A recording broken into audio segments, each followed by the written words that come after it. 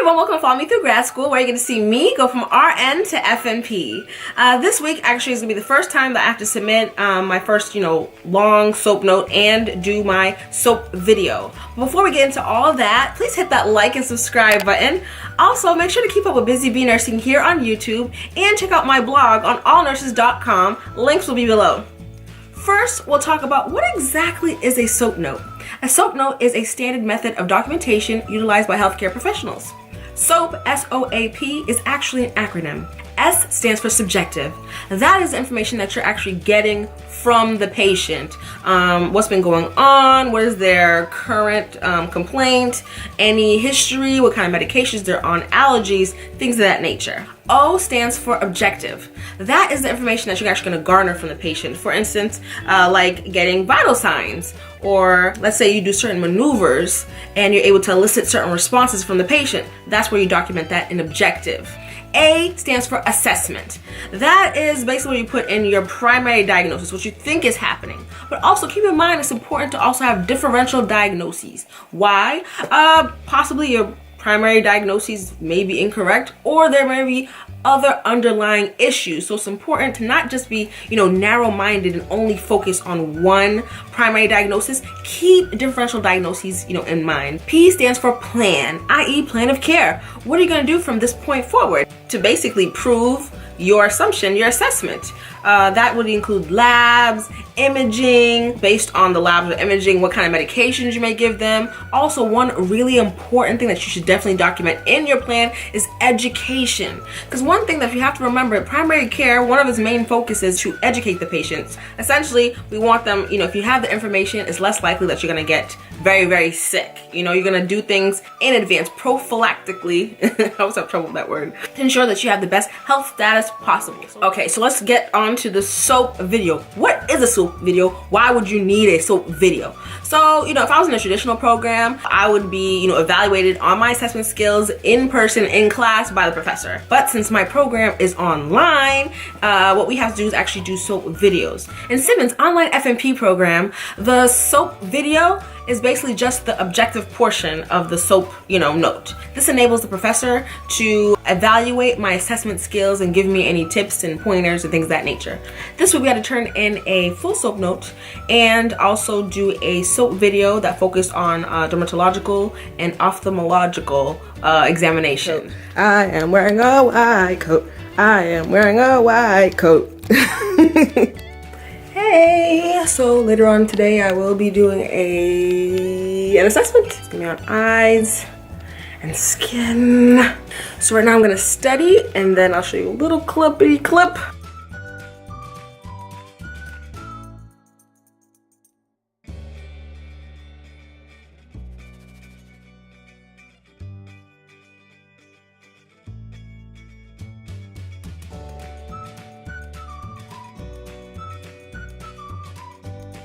Now we'll talk about, how you actually prepare for your soap video.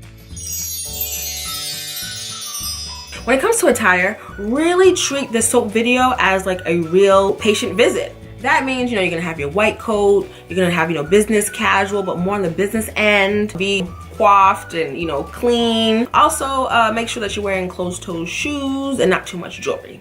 Being a big dude with a flawless beard, can be sort of intimidating for my patients. What I do is I put flowers, okay? What it says is that I'm firm yet soft. What? Well, I like clowns and colorful colors. It tells my patients that I'm cool. Oh my God, you're both a hot mess. In terms of physical appearance, remember, your job is not to demonstrate, how you personally express your sense of style. Your job is to give the best possible care to your patients. And that means that you need to actually build trust between you and the patient. You can't do that, if you're out here looking crazy. That means you need to look pulled together and not try to, use this as an opportunity to shock patients. Boring. If you don't mind, I'll be, stick with my way instead. How you doing? Okay, but last time I checked, this is my video, but live your life. It's very important to create a script for yourself. Okay, this is not the time to, go willy-nilly and freestyle and use any kind of like jargon. It's imperative that you use medical terminology, okay, throughout the entire video. At my school, students have access to Bates' visual guide of physical examination. It's like a video library where they have different health professionals who come in and they do different assessment, different examinations based on a system. So if you want to see something just on dermatological, examination, which would include hair, nails, and skin, you just go to that file and you'd see that specific targeted examination. Another feature about Bates that I like is that not only, do you get to see a medical professional, perform the assessment, you actually can print out the script as the medical professional is doing the assessment. It's saying, I'm checking this because of this, I'm checking that because of that, and then you actually get the whole script. That helps you to kind of, do your script, so you can actually download that and save it. Another thing that I use to help me with my script is this holy grail, okay, book. It's old, I had gotten this book, this pocket guide when I was, obtaining my BSN. It's the 5th edition, and I think it's right now up in the 7th edition, Jarvis. Yeah, it's really, really good. What I like about this book is that it gives you like basically the straight need to know, okay? It tells you, okay, let's say we go to eyes. It has a little blurb about, anatomy. Then it goes to subjective, objective, then it has one column which all normal findings, and then another column which states all negative, abnormal findings, and what those abnormal findings mean. So I love it. In my class, we're actually not using Jarvis, we're using Bates' Guide to Physical Assessment. I'll leave links down below if you're interested. I thought Bates' Pocket Guide was really good, but since I already had, my own from before, I just used that. I really encourage you to, to have a script of what you're actually going to say. 1, it helps to keep you on track. 2, it also helps you see, did you miss anything? Did I forget to, any important aspects in this examination? And 3, it helps you save on time. And remember, practice, practice, practice. When it comes to equipment, don't worry, you don't need anything kind of like fancy. You can record on your phone, you can record on your computer, you can record on a regular camera. All that matters is whatever recording device that you use, you're able to record sound. Don't forget the importance of good light, good sound, and definitely enunciation. You don't need any special like ring light or studio lighting. For my soap video, I just used the sunlight. I just opened up the shades and the ceiling fan light. That was it. Whatever lighting source you choose, as long as the professor can see you and your patient clearly, it should be fine.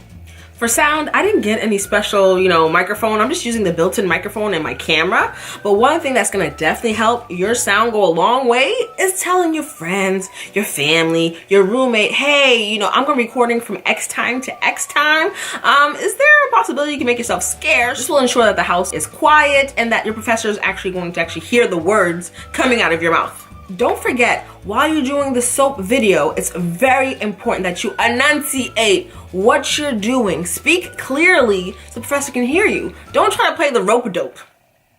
All right, continue to look straight. Okay, pupils are equally round. Perla? What'd you say?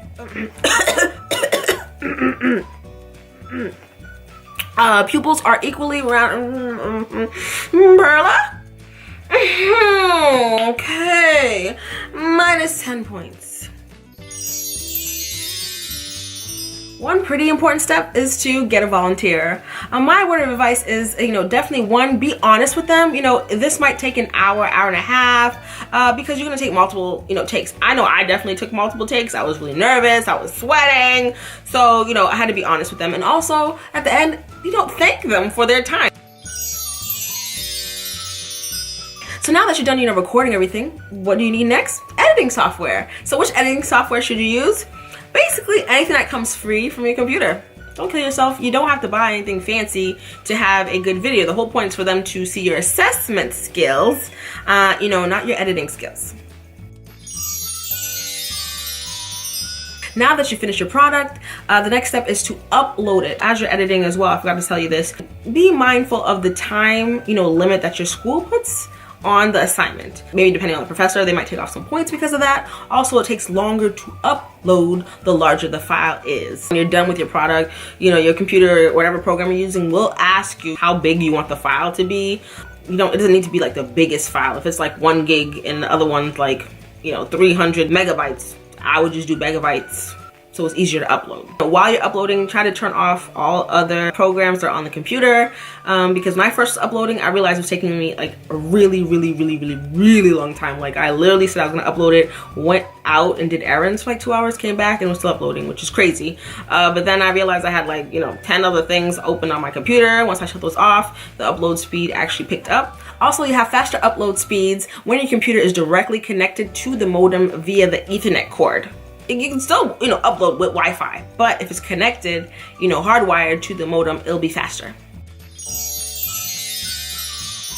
So once I finished my soap note and soap video, I had to switch gears and focus on advanced pharmacology. In advanced pharmacology, for the past couple of weeks, we've been focusing on, pharmacology in relation to elderly patients, pediatric patients, lactating patients, and pregnant women. As you can imagine, this was very information dense. So, I'm imagining I'm gonna have to like review some more. You're just not gonna get everything on the first pass. For the last couple of weeks in scholarly inquiry, we've been further working on our semester projects, as well as doing, a lot of posts, discussion posts as well.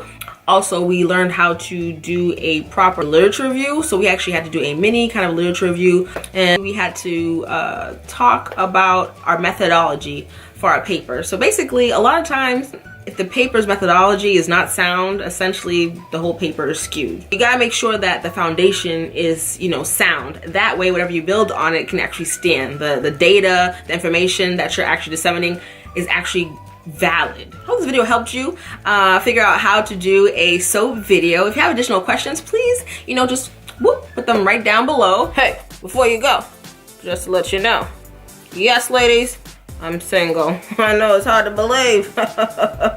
Way to my heart. Like, comment, share, subscribe, and you have a shot if you're lucky. And remember to fuel your passions and fulfill your purpose. I'll see you next week. Bye. I'm really gonna see you next week. I'm not gonna skip. I'll see you. Do I look a mess or not?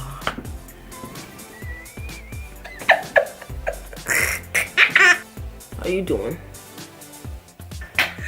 I'm a mess, I know.